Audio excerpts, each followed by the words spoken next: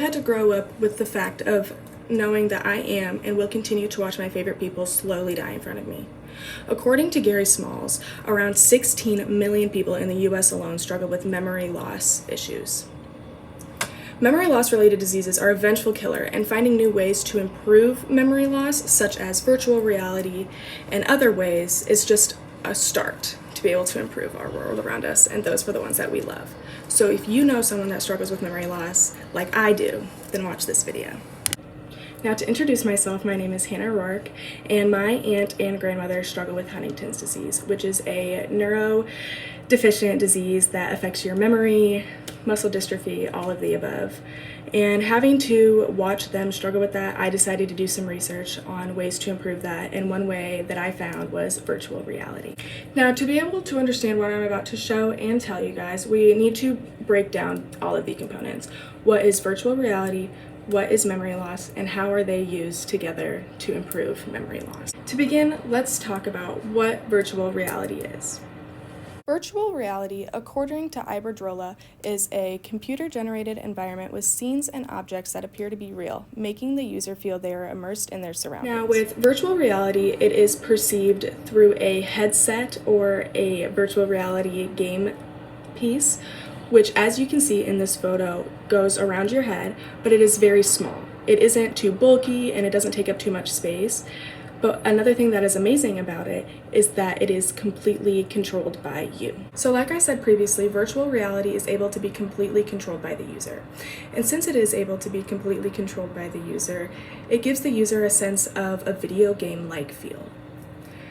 And I'm gonna show you guys in this clip of kind of what virtual reality seems like. Now, in this clip, I am actually doing a roller coaster virtual reality experience, and as you can see, the frames are moving, and that is because I was moving my head at the time.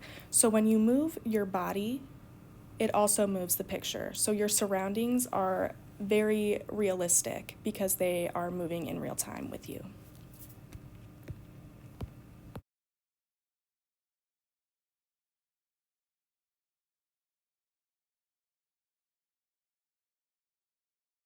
Previous clip, and mostly VR is used for entertainment purposes such as video games, amusement park rides like you just witnessed, but it is now being able to be used by researchers to be able to cross borders in cultural, medicine, and so many more that we were not able to cross before without virtual reality.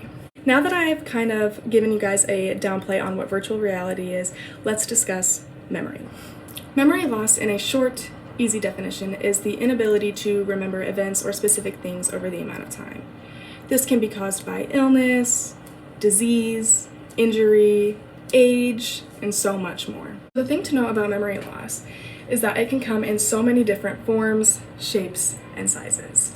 Today, to show you guys the comparisons between all the different forms and shapes and sizes, I'm going to compare age-related memory loss and dementia. With age-related memory loss, it's a perfectly naturally occurring thing that happens when you age.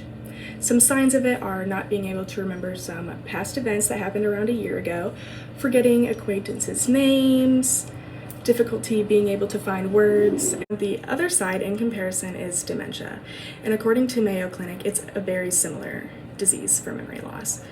With dementia, the signs are memory loss, not being able to form sentences or communication, and having a lack of visual and spatial awareness. While memory loss can be caused by diseases, illnesses, or injury, the main difference between memory loss and memory loss causing illnesses such as dementia, Alzheimer's, and Huntington's is that memory loss does not have a big impact on someone's life, age-relatedly. But dementia and Alzheimer's have a very big impact on human life because it does not only debilitate your memory, it also debilitates body function. Now let's discuss how virtual reality was used to improve memory loss. Again, according to neuroscience, UCLA did an experiment and showed that rats respond more positively, their brains, to a virtual reality environment more than they do a regular environment. Now this shows that we are going to be able to do more research into virtual reality to further help with virtual reality therapy. Now, with this experiment, Mayank Mehta, PhD, the head of W.N. Keck Center for Neurophysics, and a professor in the departments of physics, neurology, and electrical and computer engineering at UCLA, his laboratory studied specifically the hippocampus, which is a primary driver of learning and memory, including spatial navigation. The hippocampus has been used for years and studied in rats to be able to get a better understanding on their memory and spatial awareness. Now, in this experiment, he sent 8 HZs, or pulses to the hippocampus per second, known as a theta rhythm, and this theta rhythm impaired the memory and spatial perception of the rat. And we can use this information to maybe further experiment on humans to help improve the memory and spatial perception for humans. Dr. Merrill also did studying with virtual reality and memory, but he did something called exergaming, which is virtual reality exercising. And he said that he was able to see improvements of memory loss in multiple patients. Now, he said that the reason for improvement of memory is because of this thing called dual tasking.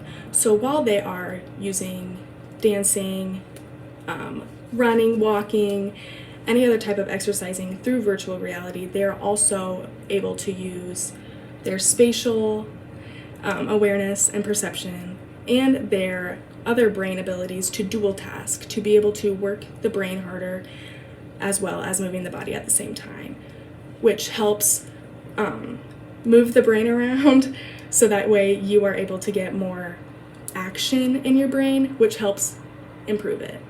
So basically, the more that you do with your brain, the more that it improves. If you don't use your brain, it doesn't improve. So use it. So previously, I explained what virtual reality is, what memory loss is, and then how virtual reality is used to improve memory loss. Through all of those research methods and experiments that I previously explained, we hopefully, in the future, we'll be able to get a grasp on memory loss and be able to improve it for those in the lives around us. Because I know I don't want to watch more family members struggle with memory loss and eventually pass away from it, and I know you wouldn't want to either. So, in hopes, we can finally start to find a cure for this.